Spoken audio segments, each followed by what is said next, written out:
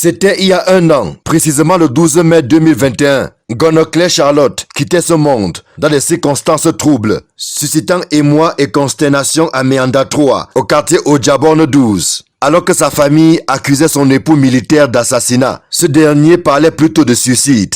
12 mois après, la dépouille se trouve toujours à la morgue. Impossible de la conduire à sa dernière demeure, aux grandes dames de sa fille unique, dont le cœur est plus que jamais meurtri. Déjà un an à la morgue, ça pèse pour la famille, ça pèse pour moi. J'ai vécu la scène, à tout moment ça tourne en boucle et c'est encore plus stressant pour moi. Par moments je me perds et je me dis que mais qu'est-ce qui m'arrive? Parce que la femme là, elle est à la morgue depuis un an, on a fait 2 autopsies. On a ouvert le corps 2 fois, à 2 reprises. C'est encore plus difficile pour nous d'accepter.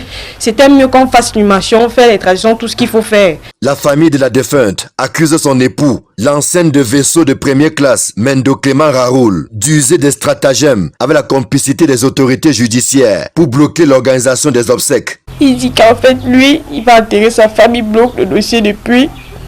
Il dit qu'il n'a pas assassiné maman, pourtant... les preuves sont contre lui. Il a tendance à changer d'avocat. Et quand il change d'avocat, il préfère jouer avec le temps. Il a d'abord monté un dossier parlant de l'enterrement au cimetière de Volier. C'est un mauvais dossier monté. Et en fait, il ne fait que... je ne sais pas comment dire. Je ne sais pas comment expliquer, mais c'est tellement difficile. Incarcéré à la prison d'un fou, non loin de Yaoundé, le présumé assassin a été confondu par 2 autopsies dont les résultats ne lui ont pas été favorables. La première autopsie a révélé l'asphyxie. Il a donc dit qu'en fait non, nous sommes là, on a décidé de faire le faux. Pourtant ce n'était pas notre autopsie. Il a donc demandé la contre-autopsie. C'est la contre-autopsie qui a révélé plus de détails. Et on a écrit qu'elle a été suspendue. Donc le cadavre a été suspendu et les autopsies ont révélé en fait qu'elle a été tuée brutalement. Et en fait l'autopsie a aussi révélé qu'elle était en début de grossesse. Ce qui prouve après qu'elle ne s'est vraiment pas suicidée. Elle disait que non, elle s'est suicidée parce qu'elle n'arrivait pas à avoir d'enfant et qu'elle était proche de la ménopause. On ne sait vraiment pas pourquoi cet homme-là ne veut vraiment pas avouer qu'il a vraiment agi de cette façon.